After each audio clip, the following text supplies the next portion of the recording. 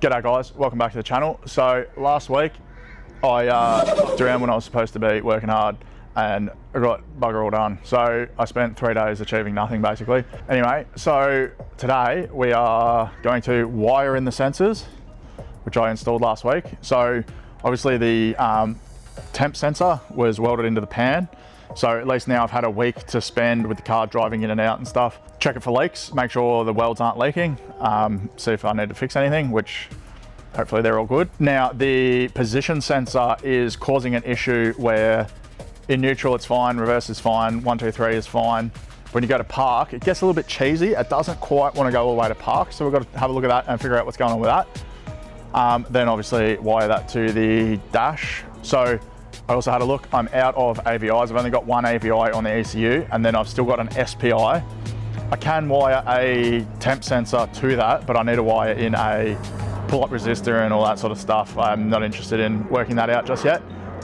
So I'm going to wire everything to my dash because I've got 4 AVIs free there. So I can wire my 2 sensors there. I will then also wire I had a good look into the dump valve wiring, how I need to work it.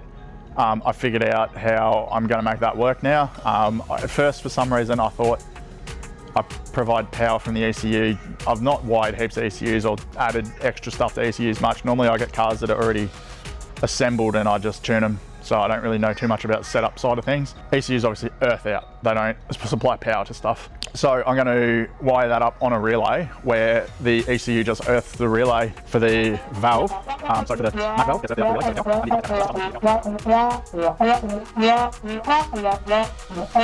I don't know why I just made that sound so complicated, but that should work totally fine. And I'll be able to assign that a button on my keypad. I think that's it for today. So yeah, wiring all the sensors, wiring the valve, test everything, figure out why the position sensor is binding the shift cable. It might be either maxing the position or what I think might be happening is the eyelet is touching the cable. Like as the position moves up, it hits the eyelet. So I might need to space the position sensor away a little bit.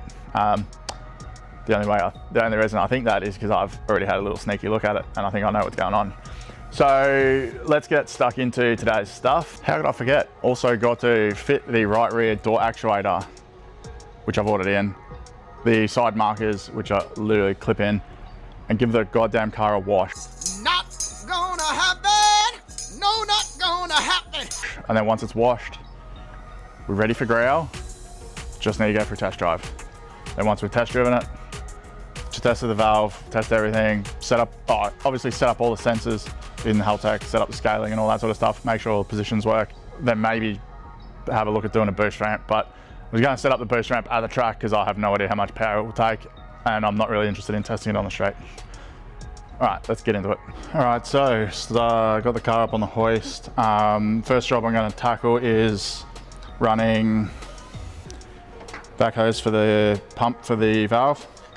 So I had a quick look under the car. I think my best option to route it, I'm going to mount the pump and solenoid down here. Now there's a little grommet, well not really a grommet, but there's like a hole in the chassis.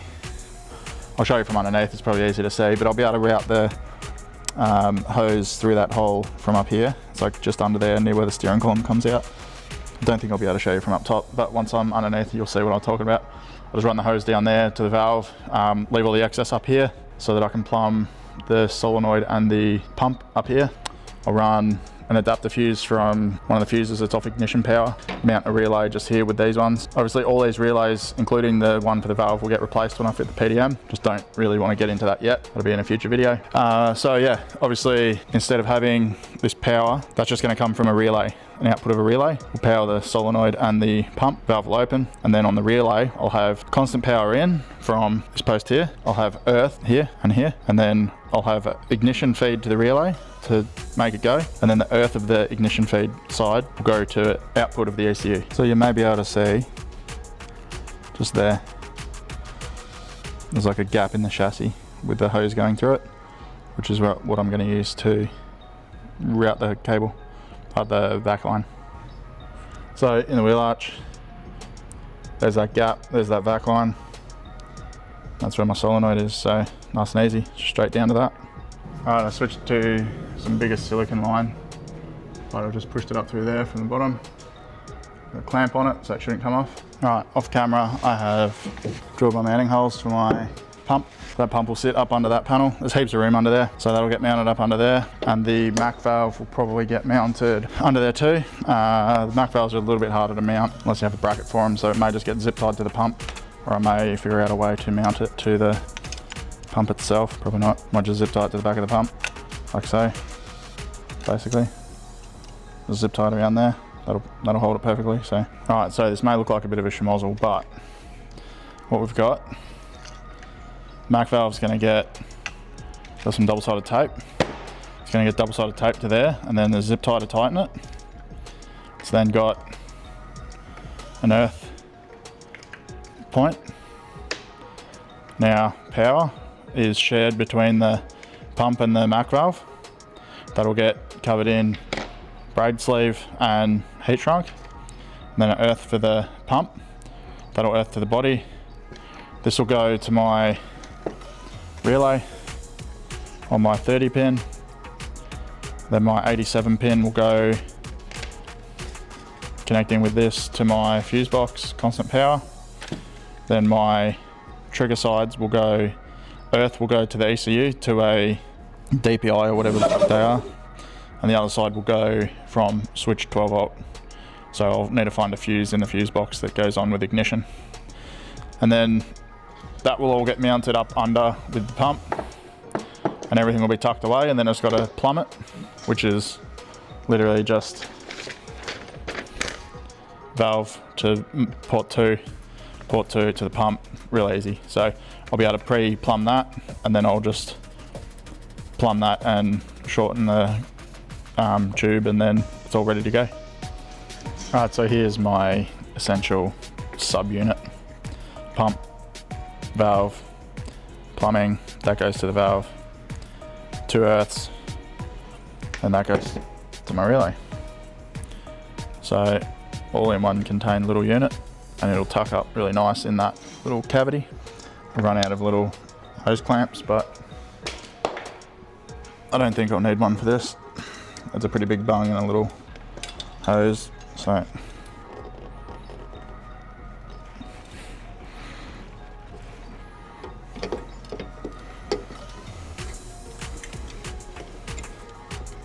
getting onto those inner 2 bolts will be a little tricky, but I'm sure it's doable. I should have put a nutserts on the pump so I could just do bolts up. All right, so that is all bolted up. It's just all tucked away under there. So everything will be all self-contained and you won't really notice it. Just got to earth it. I'm just going to earth them to the underside of this bolt here, and then run my power up for my relay. I might just sit my relay under the washer bottle or something, just tucked out of the way. So I've just bench tested it. Now all I've done is just run my 2 power wires. One's supposed to be switched, one's supposed to be constant. Run them in the battery terminals, earthed my DPO wire to my negative. Pump runs, valve opens, but my valve wouldn't shut. So valve is still open.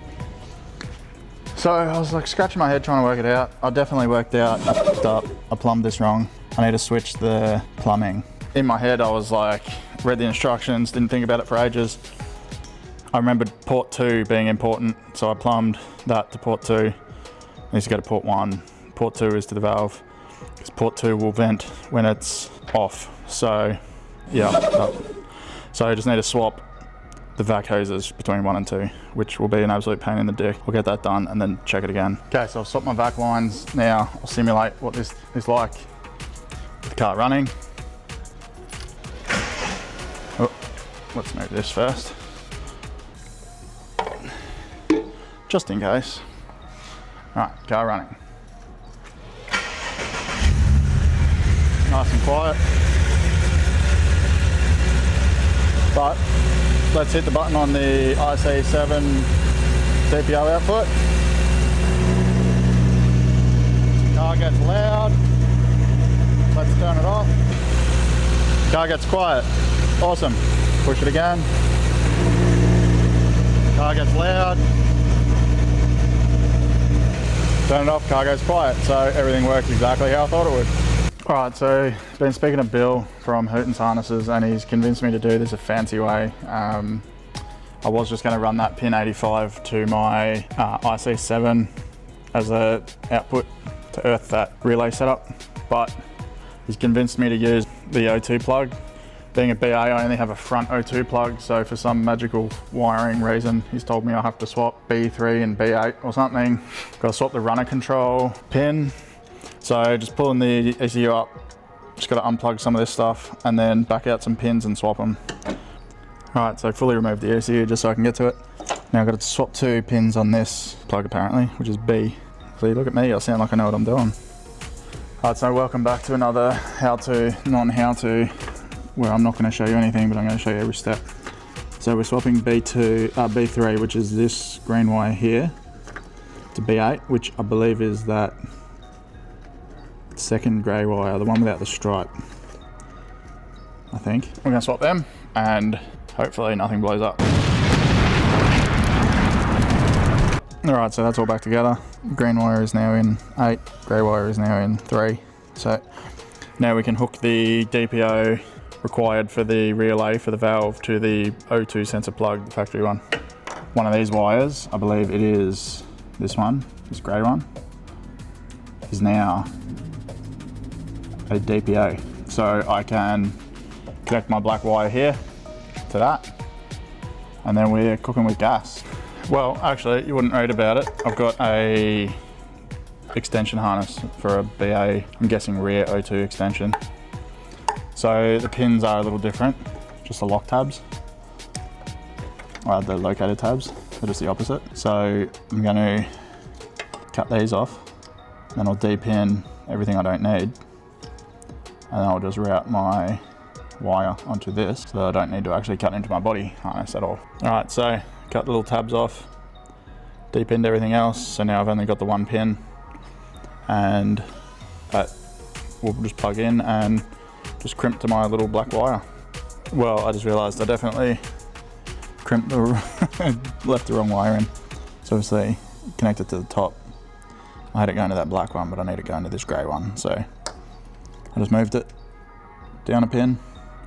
But anyway, it works the same. So let's get this done and assign it in the ECU and see if it works. Alright, I changed my mind again because I cut that brown wire a little bit short. I don't even know why I was using the brown wire when there's a black wire. I'm going to repin it with this black wire, and instead of crimping it to my other black wire, I've just changed a spade terminal on it so I can go straight to the relay. And then that'll just look a lot better. I don't know what I was thinking there, but doing it that way now.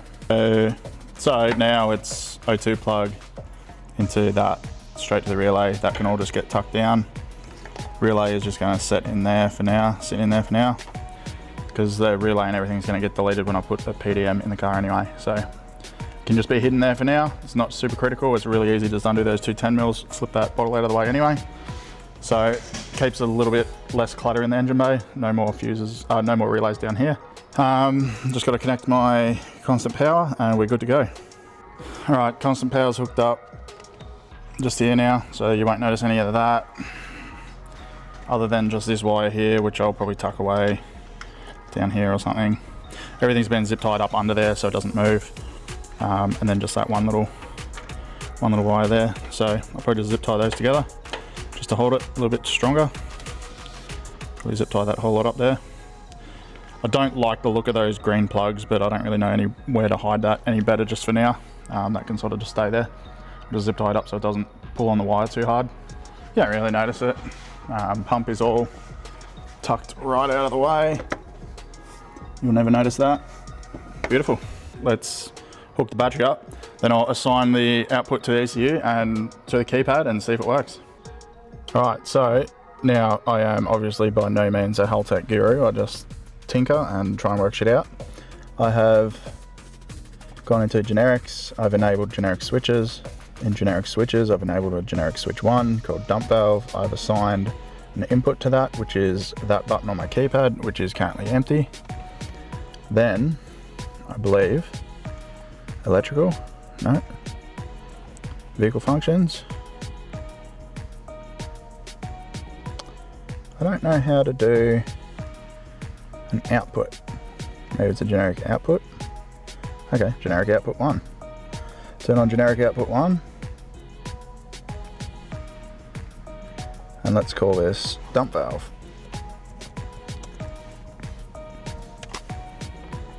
Signal type. I think it's state. Then we go wiring. We can assign.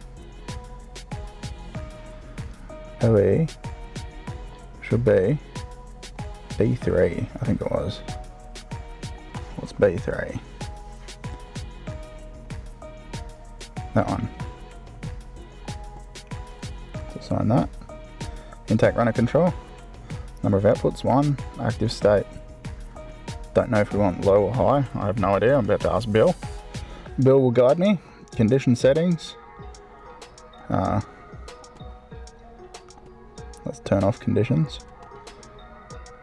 Input switch.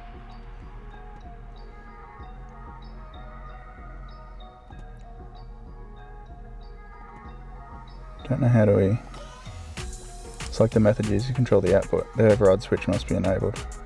Okay, so we just go enable override switch. Okay, so I didn't need to make a generic switch then, but maybe we can set this as our, see if dump valve is a switch there. Generic switch 1, dump valve. Alright. The reason I'll do it that way, conflict with override switch. Okay, I can't do that. Alright, just going to disable this. Going to disable generic switch. Just going to do it as a generic output. And the override is that. Cool. Alright. Let's save that and then flash it in and start the car and see if it works. Quick Google, because I don't know unless I Google. Haltech output state, low or high. It means low means it's an earth. The ECU earths it. So having that active state as obviously an earth because we want to earth our relay. This should work. So let's key on, write it in. I assume that wrote it in. Reset the ECU. Let's just push this button with the car off and then we should hear the pump start. Yep, I can hear the pump start. Turn her off. Start the car.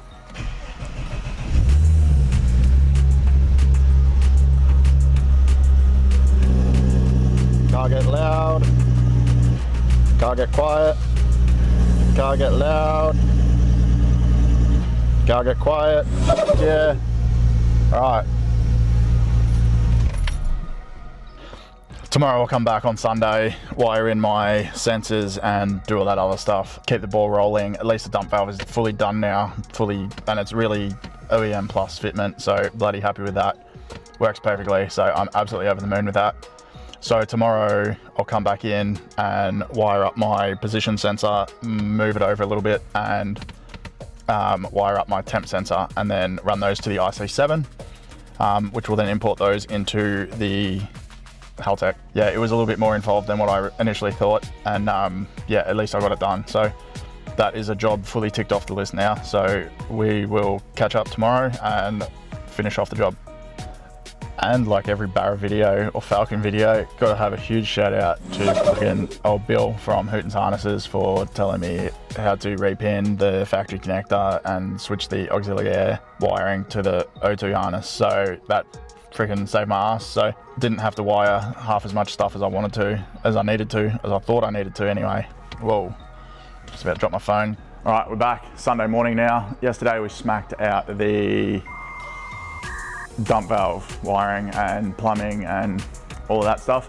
So dump valve's working absolutely beautifully now. So today we will be wiring up the Turbo 400 shift position sensor, temp sensor, running that to the IC7, configuring that, setting up the two-way data from the IC7 back to the ECU, set all that sort of stuff up, set up a transmission safety, temp safety, set up all the positions for each gear and everything on the shift selector.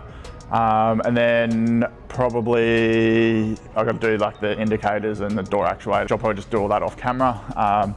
get all of that done, and then we should be ready. We'll go for a good drive, make sure everything works properly on the straight, make sure the dump valve works on the straight and everything. Just don't know why it wouldn't, but just make sure everything's working. And yeah, do just a little couple of maybe little street pulls, just get into some boosts, see what's going on, make sure everything's all good, and then basically call it a day there. So let's start ripping into the wiring first. All right, so I've cleaned up my little trolley here a little bit. So we're just gonna plan this out. We've got a 3-pin connector for the temp sensor, which I don't know if that's DTM or DT, even smaller than DTM, but it does look smaller than DTM. No, it does say DTM on it, so if that's ever in focus. DTM, so I've got my DTM crimpers. So obviously I was gonna run my 3-core Haltech wiring with the 3-core sensor, but then the temp sensor is only a 2-pin. So I was gonna make my own harness with some wire, but I could also probably just run this 3-core, but only use 2 of the cores. So at least then it's in a decent shielding wire to help it with, like if it rubs through on anything. I'll also probably run it in braid sleeve, so I might just run 2 runs of this in the braid sleeve between the temp sensor and the gear position sensor, and then up to the IC7. And then obviously I can just ignore one of the strands. So I'll probably do that just to make life easier, so I'm not running just like unshielded or like just loose wires in braid sleeve. It works fine in braid sleeve, but obviously it'll be safer if it's doubled up on the protection. So, and then it's still not too big, it's actually pretty small still. I'll still probably be able to fit 2 strands of that in my braid sleeve and stuff that I was gonna use anyway. So I will probably start by crimping my pins on so that I can route through the firewall easier. So yeah, I will actually crimp the connectors on now and then connect them at the gearbox end, route them up through the firewall, up to the IC7. All right, so I'm gonna just commit to putting these pins in and then just guessing my length and snipping it. All right, that's all set up. All right, so obviously pinned out this one. I've sort of just eyeballed roughly enough cable to get to the dash. Gonna snip it here. That'll get me to the dash. Then I'm just gonna pin out my temp sensor. So orange is 5 volt, which I don't need to send to my temp sensor, so get rid of orange. We'll just use white and black. Now the polarity of these Sealtech sensors doesn't matter, I believe. Not polarity specific, so it does not matter which way they go, as long as I have just one of each. I don't want to go scuffing them up or scratching them.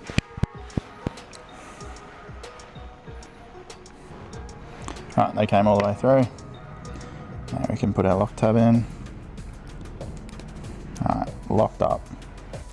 Okay, so I'll just plug both of these in.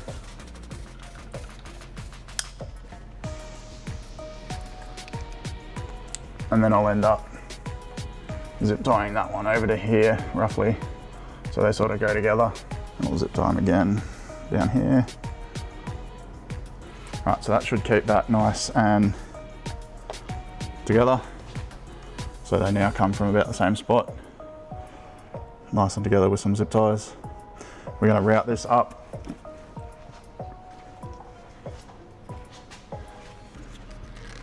Don't know if you can see just where that yellow cable goes in. We're going in that grommet there. And then once we're there, we'll do the rest in the car. All right, so one thing I will try and sort out while the car's on the hoist still is sorting out this spacing of this. Obviously, this ball here just comes down and like this rod goes up, sorry, and touches this ball. So go to park. So the issue is that ball joint is hitting the rod for the shift cable. So I'll probably either need to space that out more so that it will just clear the ball joint, and it's just the bolt or whatever that's touching. All right, now go all the way down to third, but slowly. So what's that? First, second, third. Is that third? All right, so we have perfect range of motion everywhere up to third, so, and that doesn't bottom out. So yeah, that's all we need to fix there. That's a nice, easy fix. Probably step one is, I'm just gonna cut this nylon end off, just because it's stupid.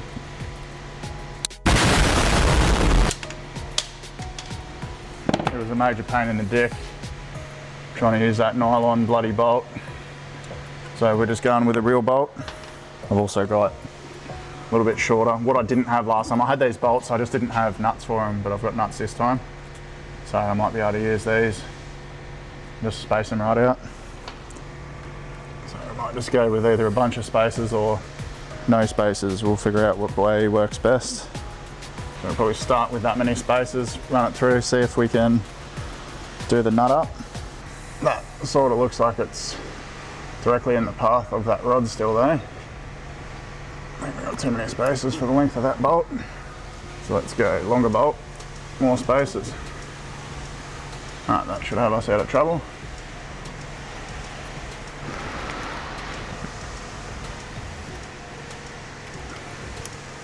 Jeez, this is fiddly. Just crank this tight. That now clears. So that should no longer contact, and I won't know till I'm in the car and I can try and put it in park and see if it's still cheesy. But the back one's all good still. In order to get my wires to the top, just zip tied them to a pry bar. Sent the pry bar up. One thing I didn't really think about was once they're both in the car, I don't know which wire's which, so I've just added a zip tie to the one for the position sensor. So that's the one that needs to keep 3 wires, the other one's gonna get the other wire cut out. While I was under the car, I noticed that this my dipstick, great, awesome.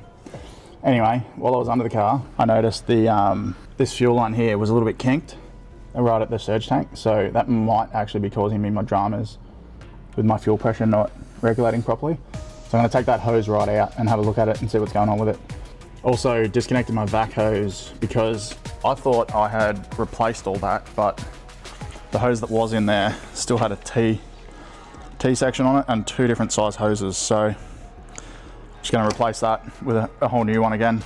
And yeah, see if any of that helps. So then I guess I'm going to have to fix my freaking dipstick. So, all right, probably put a self tapper in there and hope for the best. Might just be a little hard to see fully on camera, but right there, that hose is kinked ever so slightly. So I'm going to try and get it fully removed and see if we can figure out what's going on with it.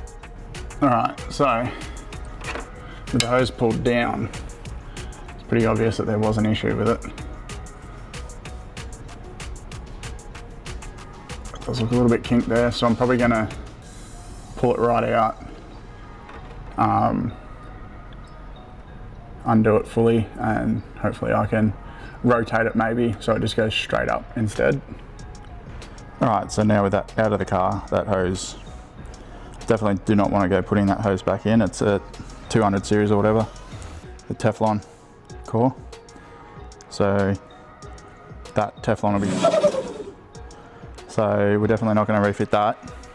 That might even be a little bit of our drama with why we're having some fuel pressure lingering issues still. All right, so because this was going down from the surge tank and then up to the reg, I think is why it kinked. What I'll probably be able to do is actually shorten this. Hopefully the olive's all right.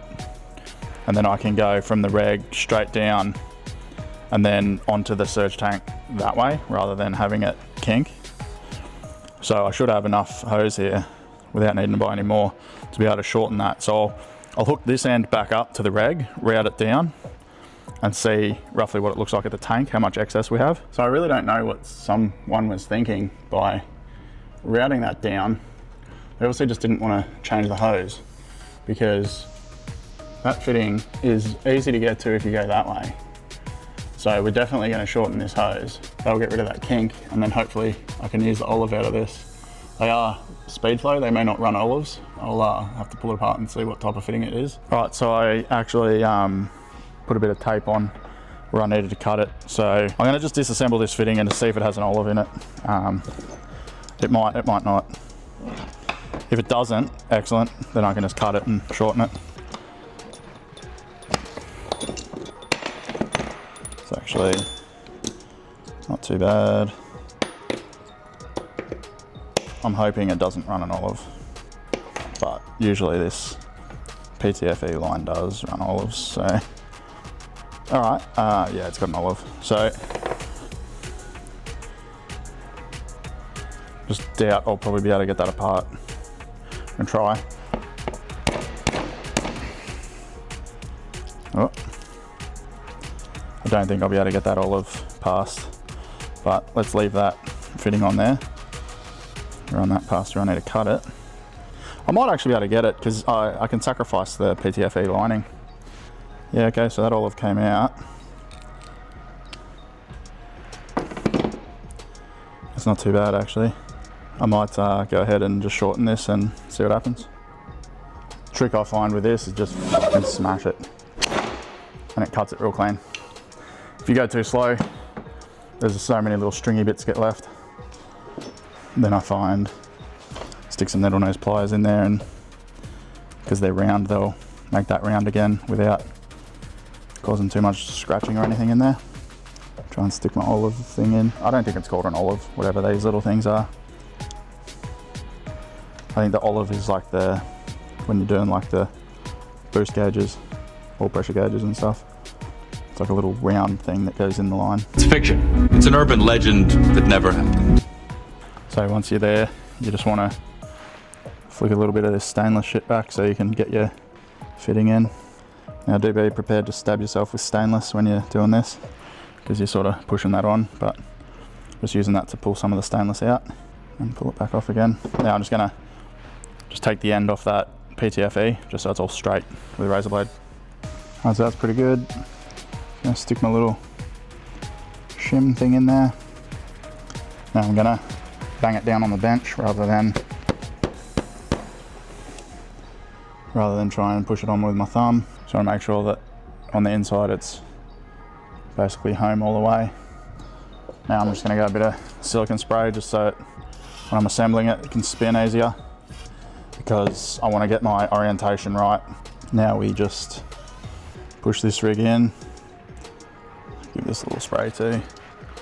Geez, this focus is starting to get pretty shit. Alright, so you want that home, then you just want to pull a little bit of this up so it doesn't get caught in the threads. Might trim a few of them little loose hangies. Now you'd normally put that in the vise and turn this, but I think we want to come off our rag and roughly forward to the catch can. I think that's about where we want it. I'm going to try and keep all of this facing in the same direction once it's built. Right, I'm going to drop this down in the car and see if the orientation works. Alright, so that seems to have worked out pretty good. It's just a smidge too long, which is fine. I'll be able to put that slack in the middle just with a little bow in it. It shouldn't affect it too much. And the orientation of that is good. There's only going to be the tiniest little bit of twist on that, so I'll pull that back out and final tighten that and then fit it at the bottom first. Alright, so hose is fully made now, fully tightened. Let's see if it fits. Alright, so bottom is started. Does just touch that loom there a little bit, but it should be right. And now we'll go up the top and see if we can start the top. Well, that's always an absolute win when you can just start it by hand, and it's got a little bit of slack there still for if the engine lifts or anything, but it started at both ends, and now I'll just finish tighten it and hopefully leak check it and have no leaks. If there's any leaks, I'll let you know. If there's not, we will just carry on with running the wiring, was what we started doing. Right, so we're obviously under here with the car running. Just gonna stick my hand up in here, feel if that's dry. It's dry where it connects to the tank. Just make sure that the hose isn't leaking. Yep, nice and dry, nothing leaking. So that is a bloody awesome fix there. That has hopefully solved my fuel pressure issues. Got a little bit of a leak out of my dump valve obviously because it's on 85, which tracks all the moisture. So yeah, we'll probably shut her off there. I'll go for a big drive today after I finish all this stuff anyway. Got all of that routed pretty neatly now. No huge excess hanging around anywhere, so everything else will be done in the car.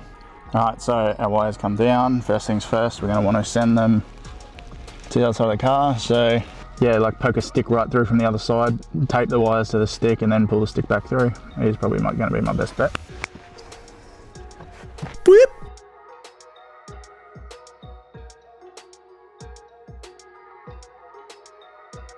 Alright, I showed this a million times in the last video, so I don't need to keep showing it. Pulled the dash out. The dash is just sitting down here. Just going to run the wires from down here. Get my tootsie out of the way. Just run them up here effectively. Come out up here. And they can go with the can connector. They just get pinned into this plug. That plug can be disconnected from the can wire as well down here, so I can make my life just a little bit easier to pin it. And I will clean up all this metal filings that I didn't clean up last time. So alright, I'll probably do a fair bit of that off camera just because it is a little bit tricky to try and film in the steering column while I'm trying to pin connectors and yeah, whatever. Alright, so I'm gonna have to work like a bit of a caveman and figure out how to get this apart. I'd assume I'd probably either push that or push these two small white clips and it'll offset the internal lock. I'll be able to pull these white dogs out and populate it with my pins and my wires. So I'll start doing that off camera and see how that goes. Alright, so it's this way. Click, and now I'm guessing these things will pull out, or maybe I have to push them through from the other side. So we want 5 is earth, I believe. Sensor earth, so let's see if, nope, not long enough. TIG rod might be long enough. Might be skinny enough to fit. Nope, too thick. Alright, how do we get these out? No, I'm just gonna get something that I can stick through there. Alright, so I was wrong. Yeah, you gotta push that lock tab, and then this comes out of the, you've got these side lock tabs, one on each side, which pulls that apart. Crimps just exactly like a DT connector basically, but I think they're open barrel on these. So yeah, they look like an open barrel splice, so we'll just have to splice them with a crimper. Now we're going to run 2 AVIs. So we're going to run AVI 1 and 2, so pin 18 and 19. We need 5 volt supply, so pin 5. And we need ground output for sensors, pin 30. I did misspeak earlier and said 5 was ground, but 5 is 5 volt supply. So we need, for this one we need signal, 5 volt and ground. So signal is AVI, 5 volt is pin 5, ground is pin 30. This one we just need signal and sensor ground. So we run 2 pins to pin 30, 1 pin, we run our, what colour is it? Orange to pin 5, and then AVI 1 and 2 will be our white wires for each sensor going to 18 and 19. Alright, so I've pulled out the ones I need. Pin 5 for 5 volt, 18 and 19 for my 2 AVIs, pin 30 for my ground. Alright, thinking about this more, I don't think you actually need to pull that as far apart as I had it. I think this is actually not supposed to come all the way apart. Because I think once that white tray slides, you'll be able to de-pin these and stuff easily enough and put new pins in. So if you are using this video as a guide, definitely don't do anything that I do, and probably just follow the instructions. I haven't really read it enough. I'm sort of just half winging it because I kind of half know what to do, but don't actually know what to do. Alright, so obviously my earths I have 2 wires going to 1 pin. So I'm just going to make a little pigtail to go into the connector, which also serves great as a test piece. And then I'll crimp this and then crimp my other 2 earths to this 1 wire once I'm in the car. But this will be a good test to be able to crimp it, make sure it clicks in, make sure it locks in, all that sort of stuff, make sure I know what I'm doing with the crimp. Haven't done these style little crimps before, so obviously you would assume you want to go into there, you want to crimp that with an open splice crimper, and then that's just your strain relief. So then you just want to push the wire in just a little bit more, pull your strain relief down just to lock onto the sheathing. So let's see if I can get that done neatly. Here's my first crimp.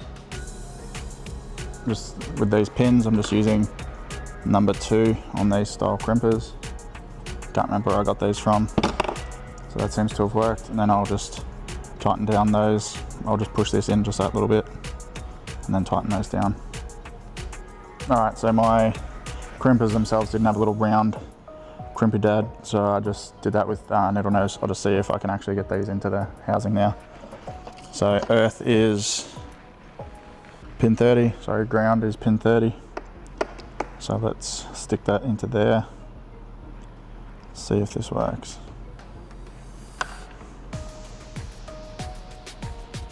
Alright, that's too big to fit through that hole, so I need to make this a little bit smaller. Attempt number 2. Still too big. Oh, no, okay, that went in. You basically just want to look at this side.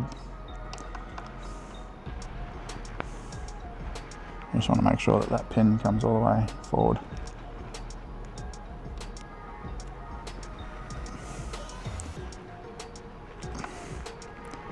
That looks like it's all the way home. So I'll try pushing these down. Alright, that lock tab's home. Now I'll try pulling it out. It doesn't pull out. I'll just push this again and see if I can just pull it out a little bit, just to make sure that it's... Alright, so that lock tab is working because I can pull that out just ever so slightly now with it unlocked.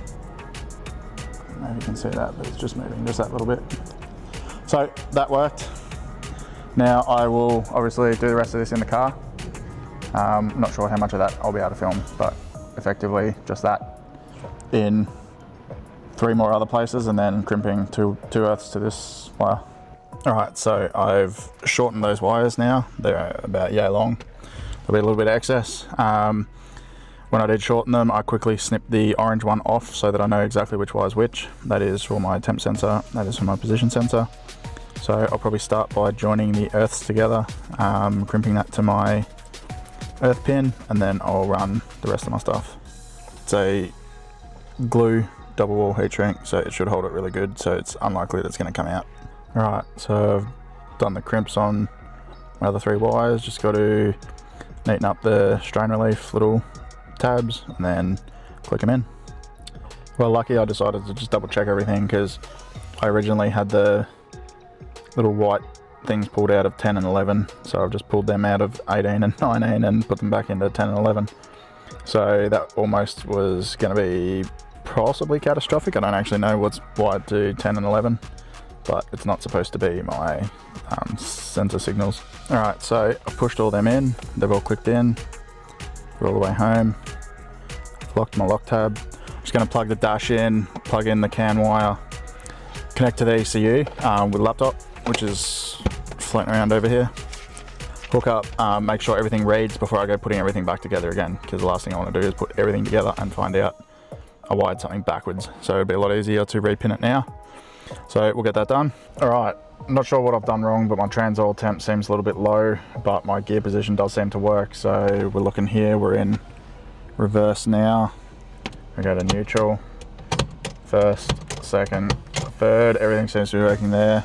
This thing's off a little bit, but it doesn't matter. That's definitely third because it doesn't go any further. Now I can't get park still, so I've somehow made this worse. So going into park is very cheesy now, so I don't know what's going on.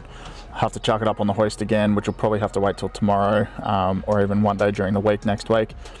But it doesn't really matter anyway. I can always park it in neutral. It's not the end of the world. I don't really park anywhere on hills, so for now, that's good enough. I'm gonna hit the road because it's nearly 4 o'clock now and I've got plenty of stuff to do still at home. So for now, that all works. I will put all this back together tomorrow and probably just double check that trans oil temp scaling tomorrow as well. I'll go for a drive, get the car hot. But I'm out of time today, so cutting the video here and we'll see what happens tomorrow. All right, so I'm still here. It's now 4:30, 4:15 anyway. I've basically got to the bottom of all this now. I did have a fuel pressure operating code, which is basically, would have just been using my differential fuel pressure table because I didn't have a 0 RPM axis, and at car off the fuel pressure differential was 0. It was obviously triggering an engine light, so I've think I've rigged up something to stop that from happening at 0 RPM, but now 0 is my minimum. So what I've then done, hopefully fixing my kink has also fixed my need to actually have a really sort of shitty differential pressure table. So hopefully I'll be able to keep that a lot closer to like 58 PSI because it will rise 1:1 rather than sort of having it drop away a little bit. It's actually scaled backwards for how it's supposed to be for the way it's sort of not really working right now, because it was actually the higher boost you run, the more it runs away, so that should actually be lower, but trying to keep it off from throwing an engine light. But anyway, now I have set up the positions better. Obviously this should now be much better. It was flickering in reverse earlier because in reverse I had set tolerance was 0 volts, so now it's set back to 0.1. So reverse is no longer flickering. Reverse works on my dash, which is all sitting down here. So then this goes reverse, neutral, first, second, third. Mikai just popped in actually at work, which was awesome because he was able to tell me why I no longer have park. I can go to reverse, but I can no longer get into park. It's because I was using the nylon bolt on the shifter position sensor. It was able to flex and just get into park earlier and it would feel cheesy because it was flexing that nylon bolt. Now I've gone to a real bolt. Even though it's spaced out, it still hits the cable. So just gonna have to re-drill that another day. For now, this is good enough because I can just use neutral and turn the car off with the handbrake on. So everything does seem to be working good. Trans oil temp set should be accurate. It's probably about 15 degrees in the workshop at the moment, so the car's been running for a little bit. So that is probably close to accurate. I'll obviously test that better when I'm driving. Let's pack her up for the night because I gotta go home, walk the dog, and I'll come back tomorrow, which I didn't want to do, but I'll come back tomorrow and put all of this back together nicer. And I'll probably shorten my CAN cable for my dash because that doesn't need to be that long. I might just snip it and crimp some new pins onto that and just make it shorter, so rather than replace the whole cable. All right, goodbye. Captain's log, day 6,482 of the no prep. It's now Monday, last chance to do any work on the car before the no prep this Saturday. I've also got a little trick I want to try out. I've got a USB hub which I'm going to stick in the back of the dash in there as well, so that I'll be able to connect to the dash and the ECU at the same time and just have one USB cable coming out of that, plug into the laptop. See if that all works. Been wanting to test that out for a little bit and haven't actually really tested it. Hopefully get to enjoy this no prep on the weekend and then take maybe a weekend off and get back into it and just chop away at stuff slowly rather than working to a deadline. So yeah, let's finish off this wiring now and get this dash back together, and yeah, we'll then go from there. Just gonna wrap it with cloth tape for now. All right, so I've got my little earth sensor ground loom there. Let's probably do one lap of the CAN wire first, just to give it something to anchor to. Just set the plug as neutral as possible. Probably just go to about there, just so that the CAN wire's still a little bit loose. All right, so that now makes that much neater. Not wires going everywhere. Plug my CAN wire in, pull these sensor wires a little bit tighter, tuck them up under the dash a little bit. So now I'll refit the dash, I've also got to route my USB cable, which I'll need to run into the center console here. So I think I need to pull this one trim off, route that cable first. So now I've got that CAN cable and USB routed down here, and the two sensor wires, they all come out here, and the trans brake wire fell down, but we'll fix that. So we've got CAN one all set up, and then USB, so they're ready to plug in. So I'll pull them back through a little bit, then shorten this CAN wire because it's that really long one I had. It's way too long, so that'll get shortened. I've got some DTM female pins. I can just snip the end off, recrimp the pins and stick the pins back in the plug. Easy done. Then both USB cables will get fitted to a USB hub. Right, so everything's pulled just a little bit neater now.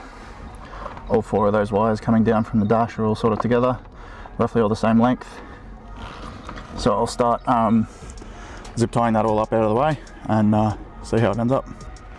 Alrighty, everything's tucked up nicely up to the dash cross member. It looks like it's all in the way, but it is all tucked right out of the way. Like you really can't kick it or anything by accident, so all good there. Alright, USB hub and USB cables are all tucked in. That's my CAN from ECU. This is my CAN from the dash. It's now chopped way shorter, about that much shorter. So just going to crimp my pins on, and then I'll put some heat shrink on the end of that just to sort of terminate it a little bit nicer, just so it looks like these. Crimp my pins on, and then transplant the plug to that cable. That's always the case. Bring over 5 pins when you need 4, and you don't screw any of them up. Bring over 4 when you need 4, and you'll screw one up. So let's see it. Last one. Make sure I don't screw it up. Beautiful. Alright, now, because I'm a bud, I'll swap 1 pin at a time. Obviously, pull. Then, just need to flick your little tabs, pull 1 pin out at a time. Start with red. Okay, Haltech used the ECU style pins on this. I've used the barrel type. Anyway, doesn't really matter. New red, in you go. Old black, out you come. New black, in you go. Old white, out you come. New white, in you go. Old blue, out you come. New blue, in you go. Done. Now I have a spare loom for if I want to make a new CAN cable for anything. Alright, then you just make sure they're all home. Push this bad boy back in. And now we have a short CAN hub wire. Bloody beautiful, shrunk down. Looks OEM. Now I just got to hook the keypad up. Alright, now, so keypad plugged in. It's just sitting here for now. It's I've got a 3x5, so I'm not going to mount this one yet. So I got my fuel pump override. That self-destruct is rotational idle, boost up, boost down, thermofan override, dump valve, launch RPM up and down. So pretty happy with that. I will now test and see if my USB hub works. Obviously plug in my laptop to that and see if I can connect to both ECUs. Well, ECU and the dash. So this is exactly what we wanted. So everything is all tucked away neat. I've just got one USB cable coming out, which connects to the laptop, and I can connect to the dash and to the ECU, which is awesome. So that is exactly what I wanted to set up. I will make that a little bit neater at some point and make a mount for my 3x5, which should basically then cover all that gross wiring in there. Not sure if the camera gets it across, but car is absolutely disgusting. Let's see if the clicky thing works this time.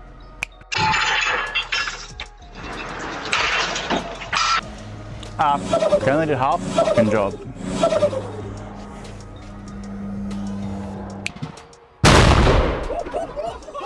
And that's better. Bloody beautiful. All right.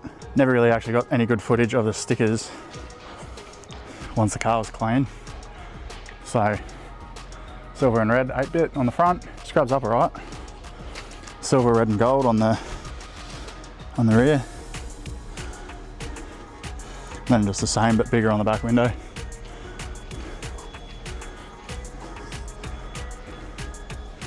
So I'm officially ready for no prep. It's 11:30 on Monday, so gonna dial in boost and everything on the day, but I'm gonna go for a drive this afternoon and heat it right up, get all the fuel out of the oil and everything, and just make sure it's all ready for a good caning on Saturday. So that'll probably do it for here, guys.